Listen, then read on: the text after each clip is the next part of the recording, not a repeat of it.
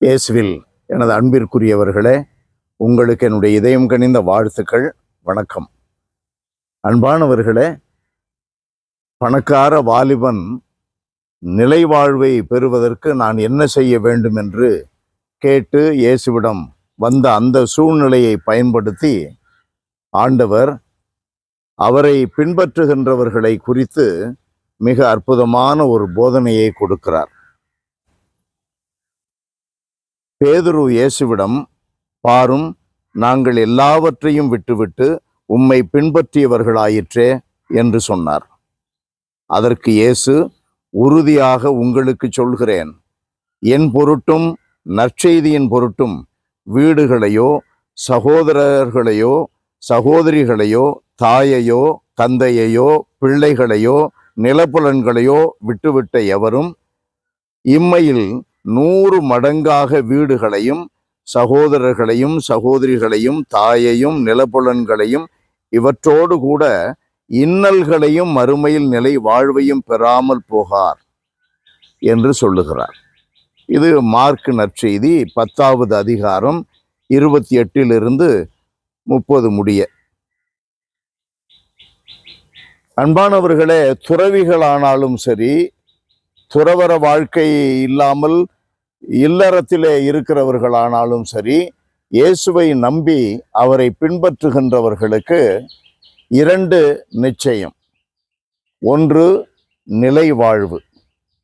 இயேசுவை நாம் உண்மையாக பின்பற்றினால் நமக்கு நிலை வாழ்வு நிச்சயிக்கப்படுகிறது.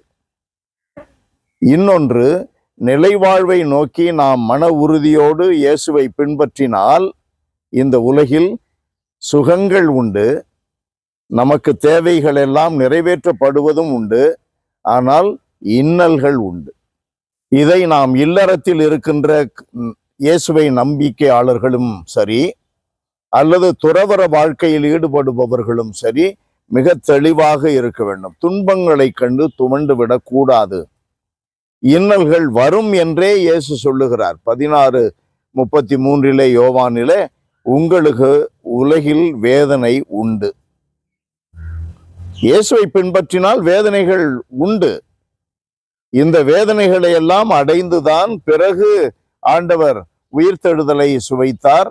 அதுபோல நமக்கும் இந்த வேதனைகளை தாண்டித்தான் நம்முடைய வாழ்வு நிலை வாழ்விலே நுழைய முடியும். ஆனால் இந்த வேதனைகள் மத்தியிலே இருக்கும் பொழுது, மன உறுதியோடு அதை பயணிக்கும் பொழுது, நம்முடைய வாழ்க்கையில நமக்கு எது எது தேவையோ அனைத்தையும் கடவுள் நிச்சயமாக தருகிறார். மறுமை வாழ்வை தருவதை போல இம்மை வாழ்வையும் நமக்கு கொடுக்கிறார், ஆனால் இன்னல்களோடு. இது நம்முடைய சிந்தனையிலே ஆழமாக நாம் சென்றால் நமக்கு புரியும். வேதனையின்றி, துன்பங்களின்றி, பாடுகளின்றி, அதாவது கடின உழைப்பின்றி அறுவடை கிடையாது.